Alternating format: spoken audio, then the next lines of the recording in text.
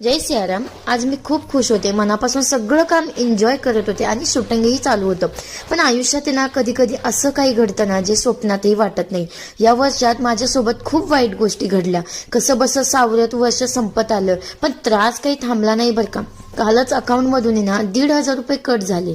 ते चार्ज लागले होते अकाउंटला, जे की मेंटेन राहिलं नसल्यामुळे. जे मी फार जपून ठेवलेले होते बरं का. तरीही मी काम करत होते, हसत होते. आणि अचानक बोलता बोलताना काय झालं, हे सगळ्या शूटिंग झाल्या आणि ना झाडांना वगैरे छान फवारा वगैरे आणि माझी मैत्रीण आणि मी ना फर्स्ट फ्लोअरवरती गप्पा मारत होतो.